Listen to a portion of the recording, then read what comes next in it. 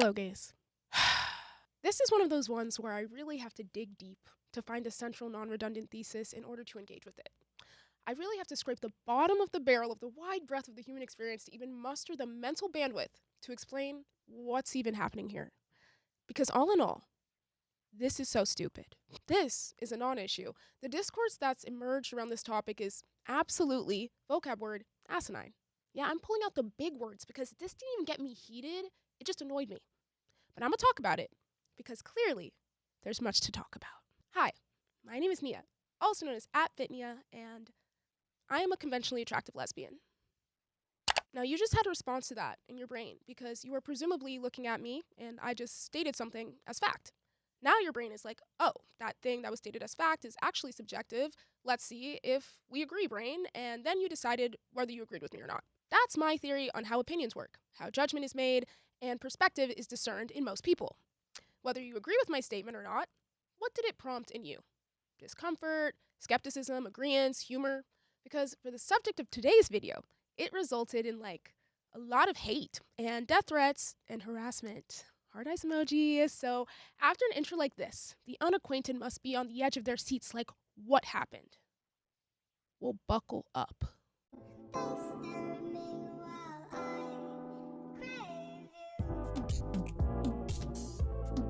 Yeah. So good thing we ran them off the internet, am I right? Whew. Okay, so let's get the basics out of the way first. First, my entire argument is hinged on my personal belief that it is typically a good thing to be kind to people we don't know who have done nothing to us, or at least not harass them. So if you disagree with that, fundamentally, I may lose you here. Secondly, I think the natural reaction any reasonably well-adjusted person watching this video for the first time is going to feel is, wow, kind of cringy. What now? What did that got to do with me type shit? But nonetheless, in today's world, cringe is crime. So a trend emerged where people would recreate that video, emphasizing the cringy body movements, which then evolved into people who were familiar with the original video and understood the reference, then commenting the same comments that were under the original video, i.e., I'm crying, why would you post this? I wouldn't say conventionally attractive by today's standards, okay mijo, purple heart emoji, and famously, I have that shirt too, kinda. So then it became this whole in-group thing hinged around, of course, mocking this random person online. Stare at me while I want you is a lie. Not because you're ugly, but because you look gay. It's really clear what you're gay.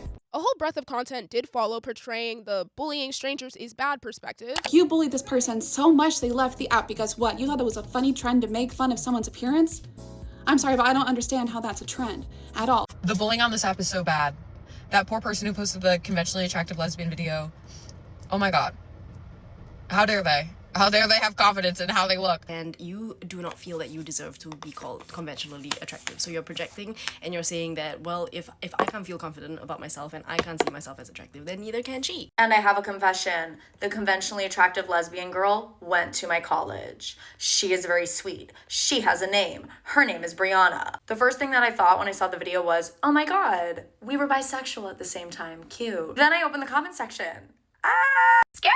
I know what it is like to have a crazy amount of people calling me mid, calling me ugly. We must stop this. In the lesbian community, we cannot have a mid-girl gate. We cannot have mid-girl gate. We need to stop this. My psychosocial analysis of this is that it feels really, really good to not be Brianna.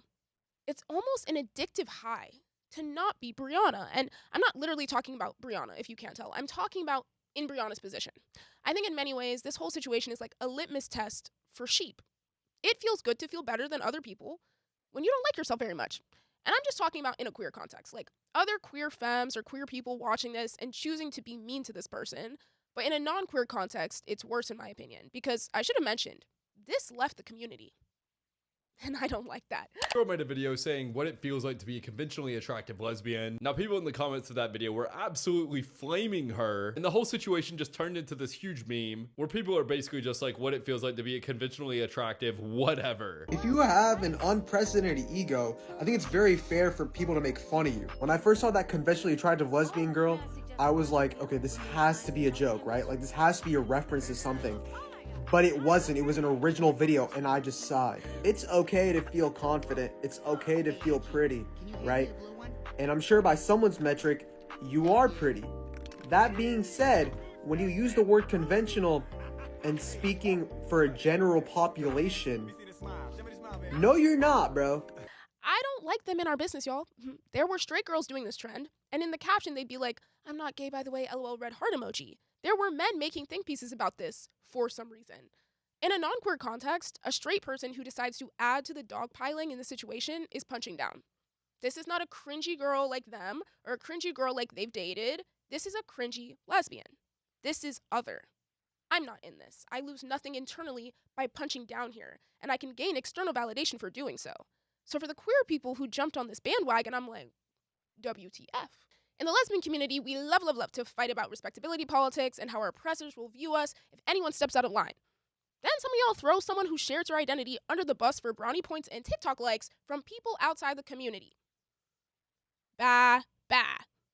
Those are sheep sounds. And the irony, and also scary thematic ties that this has blowing up pretty recently after the whole low-key I chose to be a lesbian thing, also kind of fries me. A lot of people disagreed with my take in my Internet's Evilest Lesbians You video, which was essentially, I'm less interested in policing people spewing conversion therapy rhetoric and more concerned with advocating against conversion therapy. Because conversion therapy is wrong. That's an unethical thing to do to people. So wouldn't the real root of the issue be to address the people doing the wrong, unethical thing? Shouldn't that be the priority? Which I think ties in here because, and I'm going to use a polarizing word here, but I have a point. Being ugly is not wrong. Much of this take comes from Illuminati's incredible video essay, If Pretty is a Privilege, Then Ugly is a Curse, which unpacks the social script we've absorbed around feigning naivete around attractiveness. There is a widely understood cultural standard around what and who is considered beautiful. This has evolved through time, been influenced by region, culture, gender, sexuality, all the things. But we do know, and in that, there is a level of social and at times systemic oppression that comes with being ugly. In early forms of TikTok, it came out that the app was subtly influencing the For You page to feature people who were considered undesirable less frequently. The metrics and implications of that remain ambiguous, but yes, there is a standard for the systemic oppression of ugly people in society that we often like to ignore in favor of the more palatable and socially acceptable, everyone's beautiful in their own way type beat. My point about irony being that, is it really about protecting our own from the big bad straights or protecting our egos? We do not want the straights to think lesbians have a complicated relationship with sexuality and attractions. Whoever says that should probably die. But we also don't want the straights to think we're ugly and delusional, so I guess that one gotta go too. Now, am I saying I personally think Brianna is ugly? No. I don't think Brianna is ugly. But more importantly than that, I don't care. Being ugly is not actually wrong. And my subjective opinion on a stranger's attractiveness doesn't matter and is not relevant at all. It holds absolutely no weight in reality. It means nothing.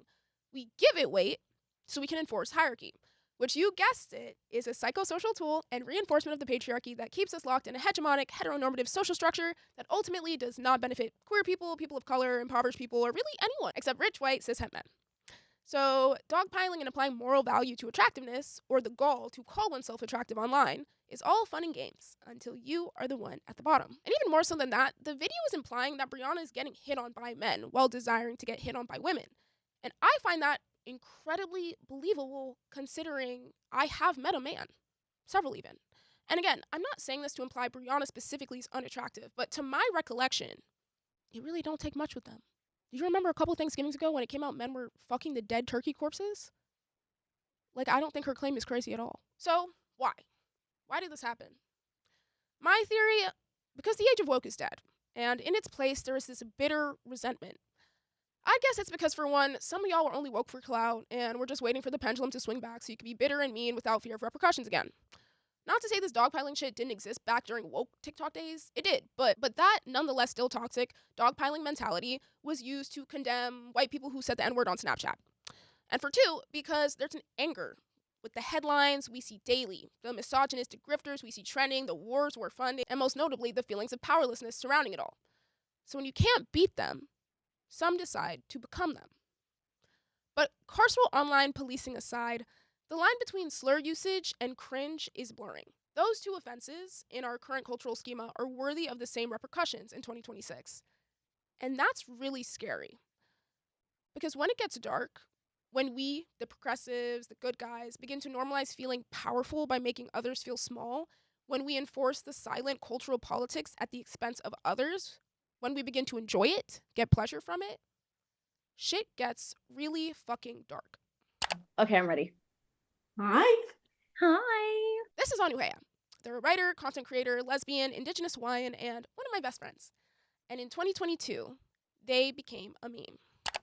I like to say if I can take anything and say that I did it on the internet, I really do, maybe I'm crazy, believe that I created the 0.5, like when you film somebody 0.5 and they do something really strange.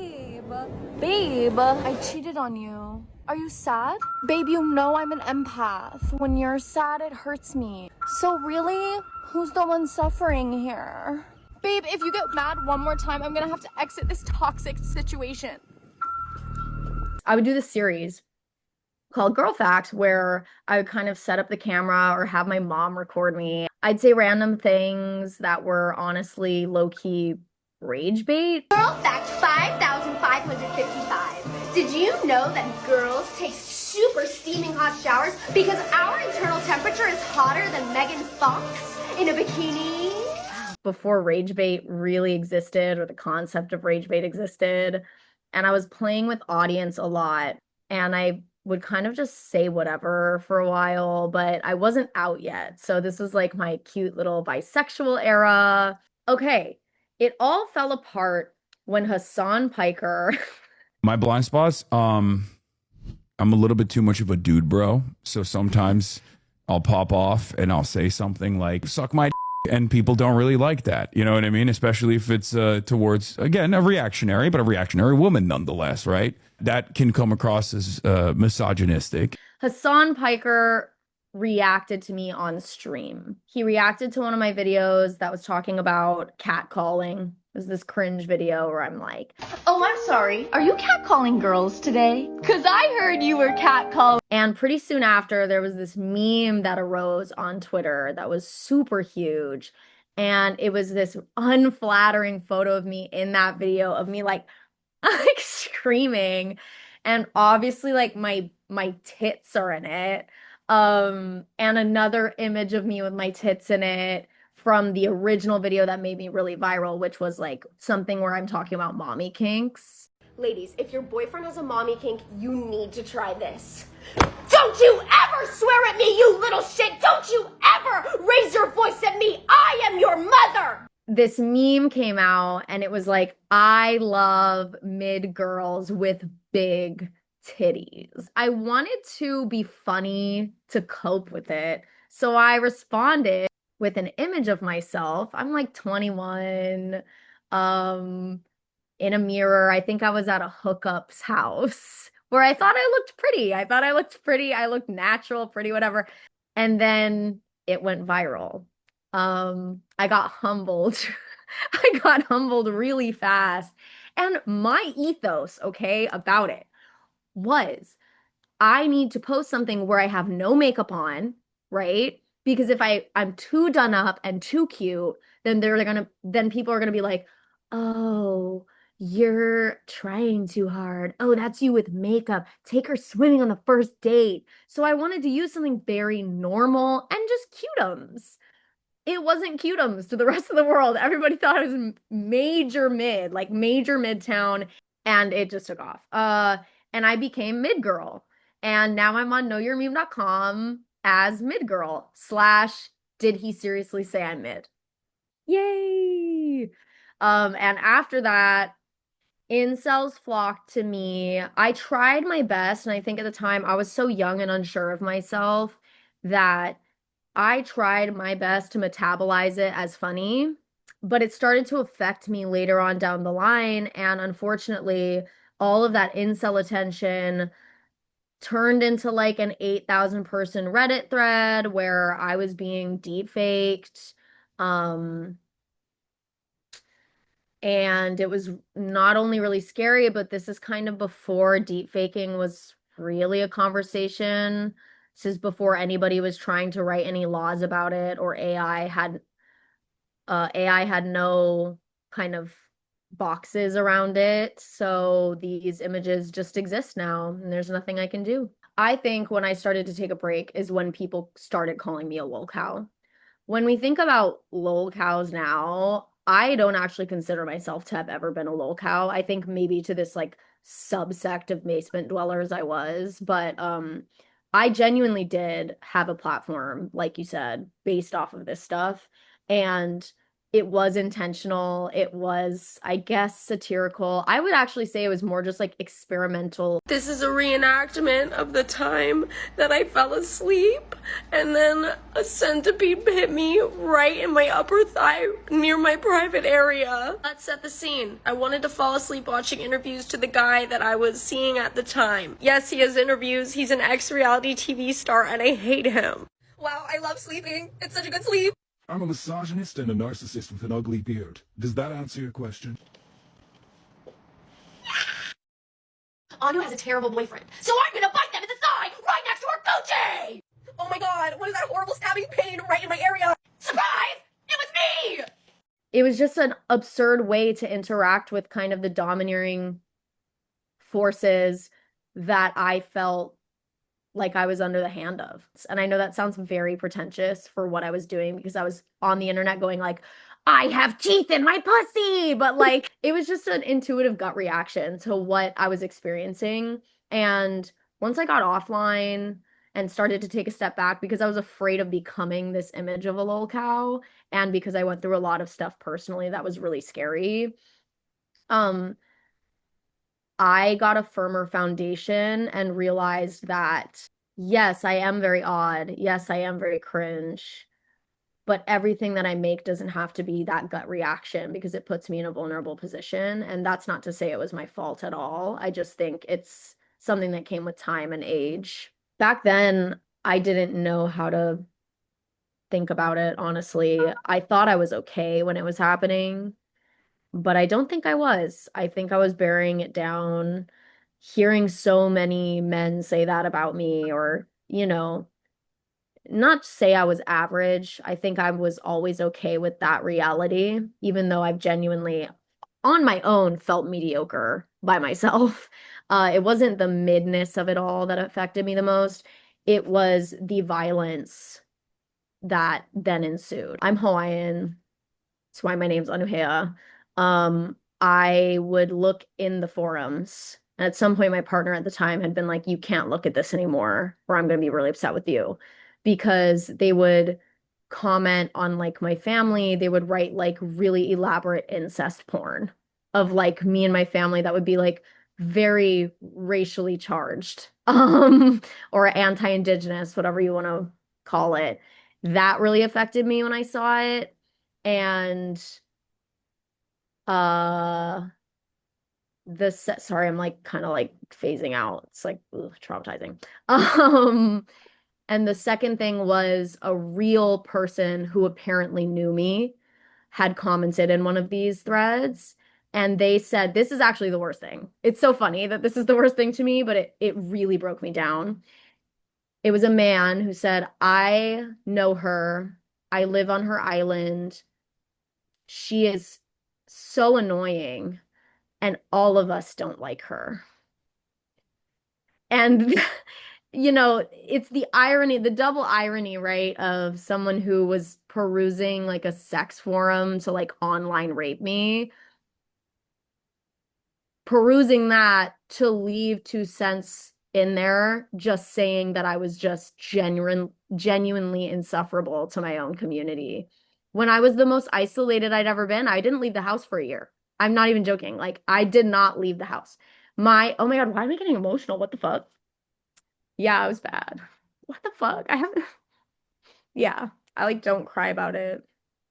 Usually I just like make jokes, but it was trash. I think somebody also at the time tried to hack into my stuff, and I had this really like deep conversation with the hacker. I remember I was like at my lowest. I hadn't left the house, and he was trying to get access to things in my phone. And I responded and I was like, I know. He posed as this guy that had taken pictures of me when I was 19. And I told him, like, I know you're a hacker.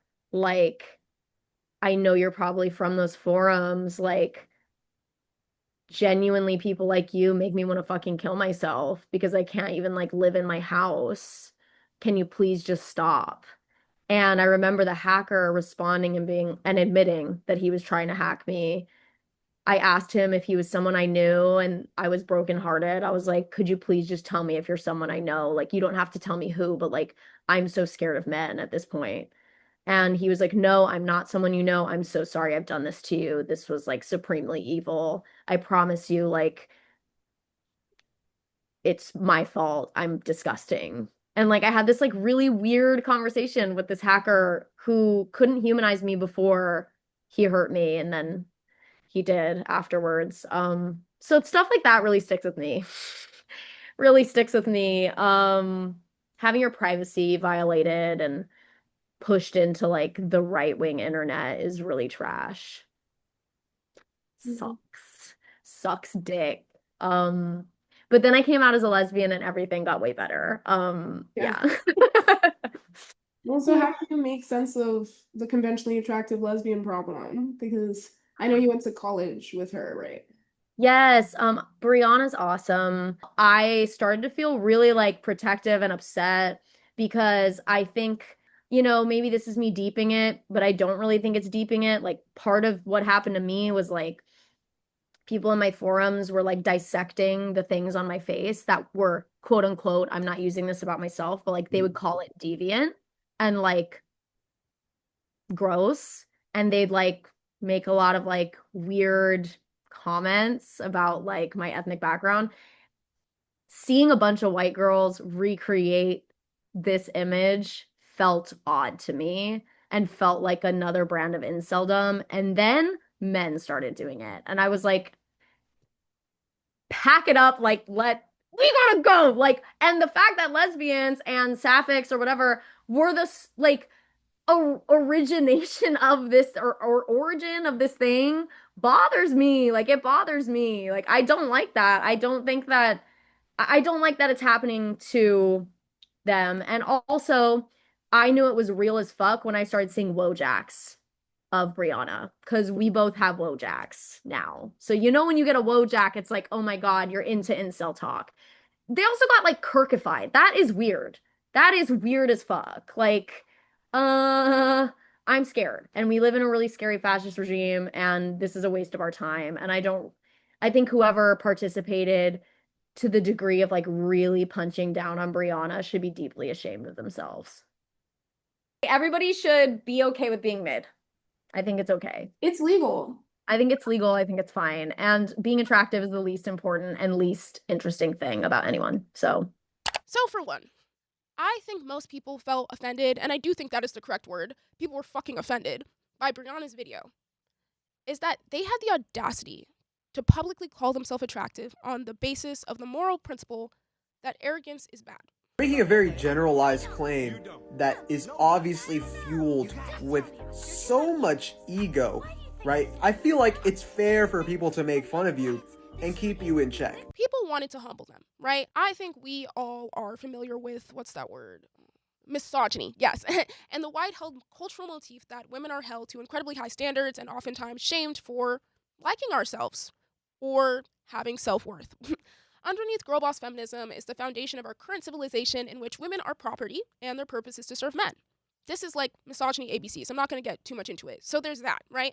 But I actually think it's equally arrogant and a bit entitled to uphold oneself as the arbiter of beauty. I am not attracted to you, thus you are not attractive. You have this flaw, and thus your understanding of yourself is incorrect because I know what attractive is. Like, yes, we all have some understanding of desirability politics and cultural beauty standards, but nonetheless, is an awareness of those politics justification for taking it upon yourself to enforce them? Like, y'all are cops, little woke cops, searching for deviance, searching for an opportunity to reinforce the norm. And there is awareness in the comments in the response to this that beauty is subjective, that Brianna is probably attractive to some people, but they hinge on the use of the word conventionally, because that references the hierarchy. And to keep our perceived place in the hierarchy, we must make sure everyone else remembers theirs, especially people we perceive to be below us. And I'm saying y'all, or you, maybe too much, because I don't really think I'm actually talking to y'all. As rudimentary of an observation as this may be, I do think it is notable to mention that right now, you are watching this video on YouTube, which, if you found yourself here, most likely means you enjoy long-form content, video essays, perhaps reading even. audiobooks count. Intentional analysis. You can appreciate a more in-depth or detailed approach to the media you consume. And I'm not just trying to suck your strap. I love TikTok. I was a TikToker for 5 years before I started making YouTube content. Like, I grew up with those bitches on Clock app. I actually first went viral on TikTok in 2019, which is like when the app launched, I believe. Thus, I have observed the radical shifts and transformation of the culture on that app over the past 7 years firsthand. TikTok first exploded in popularity during the quarantine period in 2020 due to creative POVs, campy pop music, dancing videos, makeup tutorials, edits, and notably, a lot of political advocacy work, notably in the Gen Z sphere. A whole bunch of people on TikTok organized a prank on Trump by signing up for tickets to a rally he was hosting during his campaign and then, like, not going to the rally. And in that vein, TikTok presumably had a hand in registering thousands of first-time voters for the 2020 election. And all that being said, add some rainbow flashing light strips to her wall and the color customizer filter, and Brianna's video could have been viral in the POV heyday that was 2020 TikTok. And I'm like joking, but I'm not. Obviously, COVID had a hand in this, but in 2020, 2021, like TikTok's creative heyday, people posted shit like this all the time. Like, looking back at what was doing numbers on Clock app not even 5 years ago, this is really not that far off. I theorize that due to the literal lack of human interaction we were collectively experiencing during that time, campy, dramatized, somewhat cringy recreations or references to, like, interaction with other human beings felt like reprieve. Like, POV, we're in class and you have a crush on me and I offer you my pencil hits so crazy when you, like, haven't been in a classroom or touched a pencil in, like, 6 months. But obviously shit changed. Time happened, schools reopened, kinda. And notably, 4 years later, there was another election. And famously, one of the very first objectives of the second Trump administration was to ban the damn Clock app, which conspiracy theory boots, but he was never gonna do. He wanted everyone to get up in arms about it so he could swoop in and look like he saved the day. But even more so than that, he didn't want that app gone. He wanted control over it. And he got it. In January 2026, TikTok updated their terms of service, and there was some unsettling MF stuff in there, to say the least. To name a few, quote, TikTok openly states it may collect highly personal information if you mention it in your posts, comments, or surveys. This includes racial or ethnic origin, sexual orientation, religious beliefs, mental/physical health diagnoses, and citizenship or immigration status. When you upload a video, you grant TikTok a worldwide, permanent, and irrevocable license. This permits them to use your face, audio, and content in paid advertisements without paying you or asking for permission. Users are automatically opted into having their data and content used for AI training models. Now walk with me here, because I'm realizing I may be a bit of a big picture thinker, and with some of my takes, I've found that there can be a gap between many people's tendency to see things through an individualist lens, whereas I tend to argue in favor of collective good, as opposed to protecting identitarian desires. In simpler terms, I think the people who were dogpiling this random person would argue their role in this doesn't really matter. They commented that shit was cringe because that shit was cringe. They made a video mocking the creator because it was funny. That's the individualistic perspective, right? And while that take does actually express a scary degree of apathy towards just bullying, it is legal. So, okay, I'll meet you where you're at. Sure. I think the fallacy that's emerging here is the idea that the dogpiling hater culture is this innocuous thing. You leave a comment, you make a mocking video, you get your views, and you move. And I fear that's a naive perspective, considering we know what the goals and tactics of the administration that is clearly deeply influencing this app has demonstrated. They are tracking us, y'all. They can see our apathy. They are observing what prompts people to jump from, wow, what a cringy video, to, I'm actually going to add to the dogpiling, to, this person should die and I'm going to tell them that. They are going to use that info to sell you stuff. They are going to use that info to feed you propaganda. They are actively using it to train AI with programs similar to that being trained for war technology. I frankly am not the most educated on this, but if you haven't looked into this, you should. And I'm not going to say it out loud because I'm paranoid, but you should. The user who posted this video's handle is just a bunch of numbers and letters. I'm a conventionally attractive lesbian. All the boys look at me and want me, but they can't have me. I'm craving women. Who's to say a human being even made this? Is the next era of society going to be the normalization of every discourse on the human experience getting co-opted by AI that's locking us in digital crunchy meme echo chambers? Is that the vibes we're on right now? Even in a seemingly progressive space like lesbian TikTok, where we are free of men, we are clearly not free of patriarchy. We are, in fact, in the midst of a culture war, y'all. Fun fact. And our media, our data, our minds are all fair game. So before you dogpile on someone doing something completely inconsequential that does not affect your life at all, remember, your response does not exist in a vacuum. Are you providing a valid critique, or are you being a cop? Is the social rule you're enforcing on someone else going to be of benefit to literally anyone, or just make you feel better about your social positioning? Are you so perfect that you are sure the pendulum will never swing back and hit you. Because you better be. Because if you are not rich and white and straight and a man, the way shit is going, it will. And there will be cops waiting. Thanks for watching.